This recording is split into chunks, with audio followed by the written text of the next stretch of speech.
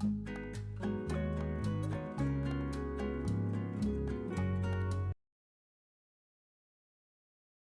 କେନ୍ଦ୍ର କର୍ମଚାରୀମାନଙ୍କର ବଢ଼ିବ ଦରମା। କେନ୍ଦ୍ର ସରକାର ବର୍ତ୍ତମାନ ଆଉ କିଛି କର୍ମଚାରୀଙ୍କ ଦରମା ବୃଦ୍ଧିକୁ ଅନୁମୋଦନ କରିଛନ୍ତି। ସୂଚନା ପ୍ରଦାନ କରି ମନ୍ତ୍ରଣାଳୟ କହିଛି ଯେ କୋଇଲା ଇଣ୍ଡିଆ ଲିମିଟେଡ୍ ଅଣ-କାର୍ଯ୍ୟନିର୍ବାହୀ କର୍ମଚାରୀଙ୍କ ପାଇଁ ଟ୍ରେଡ୍ ୟୁନିୟନ ସହ ମଞ୍ଜୁରୀ ସଂଶୋଧନ ଚୁକ୍ତିନାମାକୁ ଅନୁମୋଦନ କରାଯାଇଛି। ବର୍ତ୍ତମାନ ଏହି କର୍ମଚାରୀମାନେ ସେମାନଙ୍କ ବେତନ, ମୌଳିକ ଭିଡିଏ, ସ୍ୱତନ୍ତ୍ର ପ୍ରତିତା ଭତ୍ତା ଏବଂ ବୋନସ୍ ଇତ୍ୟାଦିର ସୁବିଧା ପାଇବେ। ଏହା ବ୍ୟତୀତ ଭତ୍ତାରେ 25% ବୃଦ୍ଧି ହେବ। ଏଫ୍ପିଆଇର ଭାରତୀୟ ବଜାର ଉପରେ ଭରସା ମଜବୁତ। ଫରେନ୍ ପୋର୍ଟଫୋଲିଓ ନିବେଶକଙ୍କ ଭାରତୀୟ ବଜାର ଉପରେ ଭରସା ଅଧିକ ମଜବୁତ ହୋଇଛି।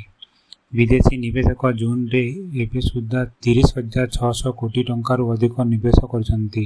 ଏଫ୍ପିଆଇ ଦେଶରେ ମାଇକ୍ରୋ ଇକୋନୋମିକ୍ ସ୍ଥିରତା ଏବଂ ମଜବୁତ କର୍ପୋରେଟ୍ ଆୟ ଉପରେ ଭରସା କରିଛନ୍ତି। ଡିପୋଜିଟରୀ ଡାଟା ଅନୁସାରେ ମଇର ଏଫ୍ସିଆଇ 43,383 କୋଟି ଟଙ୍କା ନିବେଶ କରିଥିଲେ, ଯାହା 9 ମାସରେ ସର୍ବାଧିକ ଅଟେ। ବିଟକଏନ୍ ଦାମ $31,000 ଟପିଛି। ଗତ ବର୍ଷଠାରୁ ଚମକ ହରାଇଥିବା ବିଶ୍ୱର ଲୋକପ୍ରିୟ କ୍ରିପ୍ଟୋକରେନ୍ସି ବିଟକଏନ୍ ମୂଲ୍ୟ ପୁଣି ଥରେ ବଢ଼ିଛି। ଗୋଟିଏ ବିଟକଏନ୍ର ଦାମ $31,313 ହୋଇଯାଇଛି। ଏହା ହେଉଛି ଚଳିତ ବର୍ଷ ବିଟକଏନ୍ର ସର୍ବୋଚ୍ଚ ଦାମ। ଏକ ସମୟରେ ବିଟକଏନ୍ର ଦାମ $69 ଥିଲା। ଆମେରିକାର 8 ଉତ୍ପାଦ ଉପରୁ ହଟିଲା ସୀମା ଶୁଳ୍କ। ଆମେରିକା ପଦକ୍ଷେପର ପ୍ରତିକ୍ରିୟା ସ୍ୱରୂପ ଆମେରିକାର ଯେଉଁ 8 ଉତ୍ପାଦ ଉପରେ ସୀମା ଶୁଳ୍କ ଲଗାଯାଇଥିଲା ତାହା ଭାରତ ପ୍ରତ୍ୟାହାର କରିବ।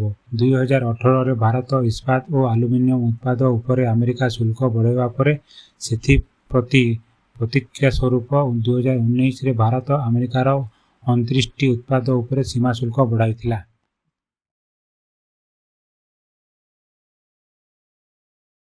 ଆର୍ଥିକ ଫଳାଫଳ ଘୋଷଣା କରିବ ବାଇଜୁସ୍। ଘୋର ଆର୍ଥିକ ସଙ୍କଟ ଦେଇ ଗତି କରୁଥିବା ଦେଶର ଅଗ୍ରଣୀ ଏଡ୍ଟେକ୍ କମ୍ପାନୀ ବାଇଜୁସ୍ ଏହାର ପ୍ରାୟ 75 ନିବେଶକଙ୍କୁ ପ୍ରତିଶ୍ରୁତି ଦେଇ ଜଣାଇଛି ଯେ ବହୁତ ବିଳମ୍ବ ହୋଇଥିବା 2021-2022 ଆର୍ଥିକ ବର୍ଷର ବ୍ୟବସାୟ ଫଳାଫଳ ରିପୋର୍ଟକୁ ଚଳିତ ବର୍ଷ ସେପ୍ଟେମ୍ବର ସୁଦ୍ଧା ଓ 2022-23ର ଫଳାଫଳକୁ ଡିସେମ୍ବର ସୁଦ୍ଧା ଘୋଷଣା କରିବ।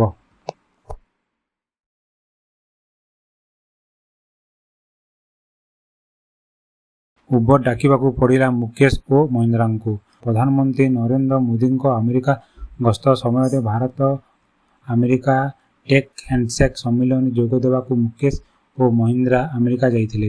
ସେଠାରେ ଗୋଟିଏ କାର୍ଯ୍ୟକ୍ରମ ଶେଷ ହେବା ପରେ ଆଉ ଏକ କାର୍ଯ୍ୟକ୍ରମକୁ ଅତିଥିମାନଙ୍କୁ ନେବା ପାଇଁ ଶଟଲ୍ ବସ୍ର ବ୍ୟବସ୍ଥା କରାଯାଇଥିଲା। ଟେକ୍ ହ୍ୟାଣ୍ଡଶେକ୍ କାର୍ଯ୍ୟକ୍ରମ ଶେଷ ହେବା ପରେ ମଧ୍ୟ ଆମେରିକାର ବାଣିଜ୍ୟ ସଚିବ ସହ ଉଭୟ ମୁକେଶ ଓ ମହିନ୍ଦ୍ରା ଆଲୋଚନା ଜାରି ରଖିଥିଲେ। ଫଳରେ ସେମାନେ ଯେଉଁ ଶଟଲ୍ରେ ଯିବା ଥିଲା ତାହା ଚାଲିଯାଇଥିଲା। ଅନ୍ୟ ଉପାୟ ନ ପାଇ ସେମାନେ ଉବରକୁ ବୁକିଂ କରିବାକୁ ପଡ଼ିଥିଲା। ୟୁଏଇ ହାତକୁ ଯିବ ପାକିସ୍ତାନ ବନ୍ଦର। ଉତ୍କଟ ଆର୍ଥିକ ସଙ୍କଟରେ ଗତି କରୁଥିବା ପାକିସ୍ତାନ ଶୁଖି ଶୁଖି ଯାଉଛି ଦେଶର ବୈଦେଶିକ ମୁଦ୍ରା ଭଣ୍ଡାର। ଋଣ ପରିଶୋଧ କରିବାକୁ ଅର୍ଥ ନାହିଁ। ଖିଲାପକାରୀ ଟ୍ୟାକ୍ସରୁ ବଞ୍ଚିବା ପାଇଁ ବିଶ୍ୱର ରାଷ୍ଟ୍ରଗୁଡ଼ିକ ଆଗରେ ଏହା ହାତ ପତାଇଛି। ପାକ୍ର ଆର୍ଥିକ ସ୍ଥିତିକୁ ଦୃଷ୍ଟିରେ ରଖି ରାଷ୍ଟ୍ରଗୁଡ଼ିକ ଋଣ ଦେବା ପାଇଁ ପଛଘୁଞ୍ଚା ଦେଉଛନ୍ତି କିମ୍ବା କଡ଼ା ସର୍ତ୍ତ ରଖିଛନ୍ତି।